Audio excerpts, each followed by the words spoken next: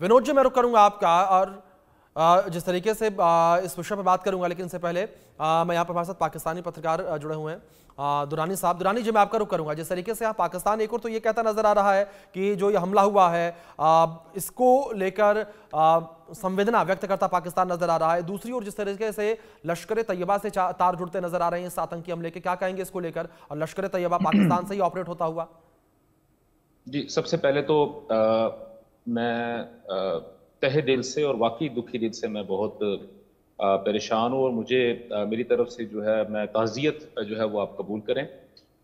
दूसरी बात यह है कि जो ये वाक़या हुआ है भारत के अंदर, वो पाकिस्तान में भी चंद दिन पहले इस तरह के वाक़े हुए हैं और पाकिस्तान में तो बहुत ज़्यादा वाक़े होते हैं, लेकिन भारत में मैं पाकिस्तान में भी काफ़ी ज़्यादा इस पर दिल गिरफ्तार होता हूँ। लेकिन जो अब ये जो वाक़या हुआ है और ख़ास तौर पे किस तरह उनका मज़हब पूछ के, जैसे कि उनकी आइडेंटिटी जो मालूम करने के बाद जो है वो 28 से ज़्यादा लोगों को जिस तरह वो गोलियां मारी गई हैं, वो वाकई ही एक थोड़ा सा भारत के लिए भी एक जो है वो एक अलार्मिंग सिचुएशन है। उनको भी देखना पड़ेगा, क्योंकि इससे पहले यही जो सिनेरियो कह लें या स्क्रिप्ट कह लें या ये जो पूरे का पूरा जो सीन जो है ये पाकिस्तान में बलूचिस्तान के अंदर जो हमेशा से क्रिएट होता आ रहा है। और बलूचिस्तान के अंदर हमेशा आप ही के चैनल के ऊपर, आप ही के प्रोग्राम के अंदर कई दफा गुफ्तगू हुई है और मैंने ये बात कही है कि जो लोग ये काम करते हैं उनका कोई भी मजहब नहीं है, कोई दीन नहीं है, कोई ईमान नहीं है। अभी इसे प्रोग्राम में शुरू से पहले जैसा अभी आप बात कर रहे थे और आपके साथ यहाँ पे एक एक्स जो थे स्पाई आपके मौजूद थे, अब वो ये बात कर रहे थे और वो आपने उनकी बात को भी जरा गौर से सुने, उनको देखे वो क्या बात कर रहे थे कि जब तक कि आपके इंटरनल और खासतौर पर लोकल जो सपोर्ट नहीं होगी उस वक्त तक किसी भी किस्म की कोई भी चीज जो है वो यहाँ पे, चाहे वो पाकिस्तान हो चाहे वो इंडिया हो, वहां पे चीजें पेनिट्रेट नहीं हो सकती। सॉरी मादरत, मेरा थोड़ा सा गला खराब है। दूसरी बात, अभी आप जो यहाँ पे बात कर रहे हैं कि अभी जो है आपकी जो मीटिंग होने वाली है उसके अंदर जो है आपके वज़ीर दिफा, वज़ीर दाखिला, वज़ीर ख़जाना, वज़ीर ख़ारजा और उसके अलावा आपके जो NSA के जो चीफ हैं कौमी सलामती के जो अजीत डोभाल साहब हैं, काबीना सेक्रेटरी हैं, वज़ारत दिफा के सेक्रेटरीज वगैरह भी जो इसमें शामिल होंगे, जिनको को मीटिंग कॉल की है आपके नरेंद्र मोदी साहब ने। तो बात यह है कि नरेंद्र मोदी साहब जो कॉल कर रहे हैं डेफिनेटली उनके अपने हिसाब से बिल्कुल ठीक कर रहे हैं, क्योंकि एक बहुत बड़ा क्राइसिस है और इस तरह के जो कौमी जो क्राइसिस होते हैं उसके ऊपर सारे के सारे यकमुठ ये यानी एक जान होकर जो है वो काम कर रहे होते हैं। लेकिन पाकिस्तान के अंदर जैसा आप बात कर रहे हैं कि अभी तक हमें जो आप ये कह रहे हैं कि पाकिस्तान घबराया हुआ है, पाकिस्तान की बुरी हालत हो चुकी है, ऐसी सिचुएशन जो है वो यहाँ पे कोई भी नजर नहीं आई। दूसरी बात ये थी कि अभी जो साहब बंसल साहब ने बात की है, बंसल साहब जो है वो मेजर जो है रिटायर्ड मेजर जनरल रह चुके हैं और जिस तरह की अभी इन्होंने गुफ्तगू की है कि हमें POK के ऊपर फौरन से पहले कब्जा कर लेना चाहिए, तो मेरा ख्याल है कि एक इस तरह का सीजन्ड जो एक आर्मी मैन हो और एक यूनिफॉर्म जिसने पहना हुआ हो और उसने सर्व किया हो एक कंट्री के लिए, वो इतनी हल्की और सतही गुफ्तगू करता हुआ शायद उसको 2 दफा सोचना चाहिए कि ये ठीक है, मानते हैं एक आर्मी मैन है, एक एक्स आर्मी मैन है, उसका काम ही यही है मार दो तबाह कर दो, बर्बाद कर दो। आपके जनरल साहब जो हैं वहां पर सर मैं आपकी गुफ्तगू में मैं बोला था सर, मैं आपकी गुफ्तगू में बोला सर, आप जो है उनके बारे में कहिए ना, वो धर्म की बात करते हैं कि हाँ धर्म के हमारे अलग धर्म है और जो ये 2 धर्मों पे बना हुआ है जुगलर वीन हमारी है, वहां पर जो है हम उनका साथ देंगे कश्मीरियों का, वो ठीक कर रहे हैं। और जो हम एक बात कर रहे हैं कि जो जहां से टेररिज्म उदय हो रही है, जहां पे 42 जो वहां पर ठिकाने हैं उनको ध्वस्त करने की बात करते हैं, जो कि POK हमारा है। हमने तो आराम से भी आपको ये बोला हुआ है कि आप POK को खाली करो, तो POK को खाली कर देगा अगर पाकिस्तान, तो फिर ये ऐसी नौबत ही नहीं आएगी कि हमको अटैक करके लेना पड़े।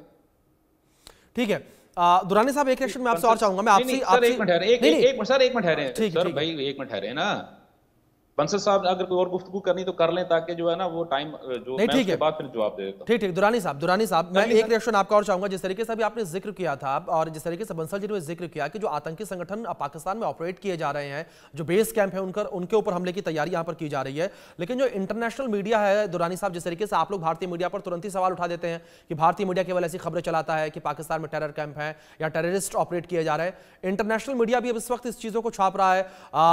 अगर आप कहें तो मैं नाम भी ले लूं, हूं कि कौन सा बड़ा मीडिया समूह जो है वो इस चीज को छापता नजर आ रहा है। रॉयटर्स लिख रहा है इस चीज को लेकर कि आप पाकिस्तान में जिस तरीके से टीआरएफ के तार यहां लश्कर तैयबा से जुड़े हुए हैं, वो पाकिस्तान से ऑपरेट हो रहा है और वहीं के आतंकी जो है वो भारत आए थे, उनके द्वारा हमला किया गया। अब इस पर क्या कहेंगे आप?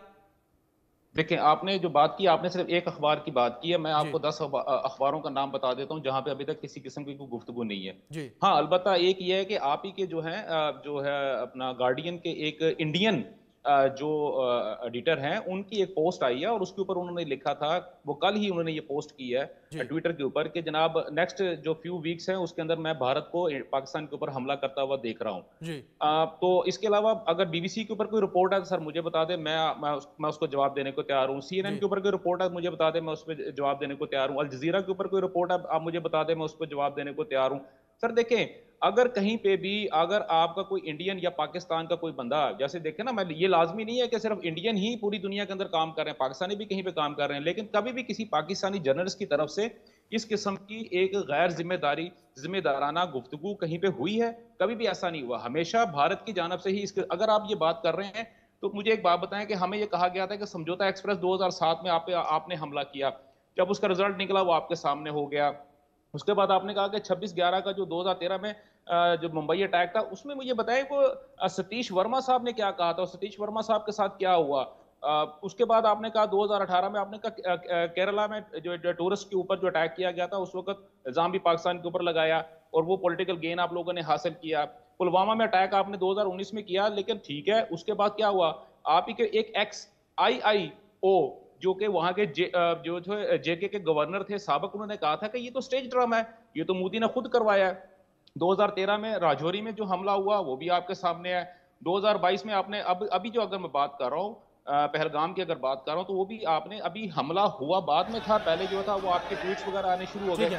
देखिए ठीक है अब मेरी बात पूरी सुन लो। एक मिनट दुरानी साहब रोकना चाहूंगा, कुछ तस्वीरें इस बीच निकलकर सामने आ रही हैं, अपने दर्शकों तक हमें तस्वीरें पहुंचा दें। सीधी तस्वीरें इस बीच निकलकर सामने आ रही हैं। इन तस्वीरों में देख सकते हैं किस तरीके से पार्थिव शरीर जो है वो लेकर जाया जा रहा है नेवी ऑफिसर का। जिस तरीके से नेवी ऑफिसर की शहादत जो है वो इस हमले में हुई थी, देख सकते हैं किस तरीके से बड़ी संख्या में यहाँ पर जो लोग हैं वो मौजूद हैं और अंतिम यात्रा में बड़ी संख्या में, हजारों की संख्या में लोग शामिल होने के पहुंचे हुए हैं। लोगों में इस वक्त आक्रोश जो है वो देखने को मिल रहा है।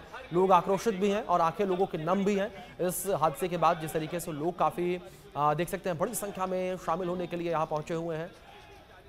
तो करनाल से तस्वीरें इस बीच निकलकर सामने आ रही हैं। तस्वीरों में देख सकते हैं किस तरीके से ये अंतिम यात्रा निकलती हुई नेवी ऑफिसर की, और करनाल में बड़ी संख्या में लोग जो हैं पहुंचे हैं। तमाम नेवी के ऑफिसर जो हैं वो पहुंचे हुए हैं। मुख्यमंत्री नायब सिंह सैनी के पहुंचने की भी खबर, जिस तरीके से विधानसभा अध्यक्ष जो हैं वो भी यहाँ पर पहुंचे थे अंतिम दर्शन करने के लिए।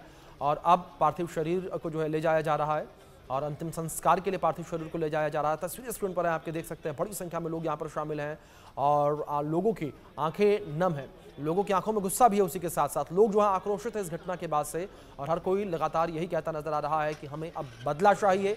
जिस तरीके से ये पूरा अटैक हुआ, जिस तरीके से आतंकियों के द्वारा इस पूरे हमले को अंजाम दिया गया, इसके बाद से लोगों में काफ़ी आक्रोश देखने को मिल रहा है। लोग आक्रोशित नजर आ रहे हैं, लोगों की आंखें भी नम है। इसी के साथ साथ लोग जो है नम आंखों से अपनों को विदाई देते नजर आ रहे हैं और अपनों को खोने का गम लोगों के चेहरों पर साफ तौर पर देखा जा सकता है। लोगों के कंधे झुके हुए और साथ ही साथ लोगों के आंखों में गुस्सा साफ तौर पर देखा जा सकता है। लोग जो हैं लगातार आक्रोशित नजर आ रहे हैं और सीधे तौर पर केवल और केवल बदले की मांग करते लोग नजर आ रहे हैं। जिस तरीके से कई सारे रिएक्शंस भी लोगों के निकलकर सामने आए थे, वो भी इंडिया न्यूज़ ने लगातार आप तक पहुंचाएं। किस तरीके से कि लोग लगातार ये कहते नजर आ रहे हैं कि हमें केवल बदला चाहिए, हमें किसी भी प्रकार की कोई सहानुभूति नहीं चाहिए, हमें केवल और केवल इस हमले को लेकर बदला चाहिए। लेकिन इस बीच करनाल से तस्वीरें भी इंडिया न्यूज़ आप तक पहुंचा रहा है। बड़ी संख्या में देख सकते हैं लोग यहाँ पर अंतिम यात्रा में शामिल होने के लिए पहुंचे हुए हैं और देख सकते हैं किस तरीके से लोग जो हैं वो अंतिम यात्रा में शामिल होने के लिए पहुंचे हुए हैं। अंतिम विदाई यहाँ पर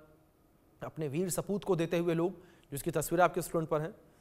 बड़ी संख्या में लोग जो हैं करनाल से पहुंचे हुए हैं अंतिम विदाई देने के लिए, अंतिम दर्शन करने के लिए भी हजारों की संख्या में लोग जो हैं वो पहुंचे। उन्होंने अंतिम दर्शन नेवी ऑफिसर के किए और अब अंतिम विदाई यहाँ पर दी जा रही है। अब से कुछ ही देर के बाद जिस तरीके से यहाँ पर अंतिम संस्कार किया जाएगा, अब से कुछ देर पहले हमारे सहयोगी मुकुल जो है वो भी करनाल से जुड़े थे, वो भी लगातार जानकारियाँ जो है वो हम तक पहुँचा रहे थे। किस तरीके से मुख्यमंत्री नायब सिंह सैनी जो है उन्होंने भी पीड़ित परिवार से वीडियो कॉल पर बातचीत की थी। विधानसभा अध्यक्ष जो हैं वो पहुँचे थे यहाँ पर अंतिम दर्शन करने के लिए, परिवार से मुलाकात करने के लिए।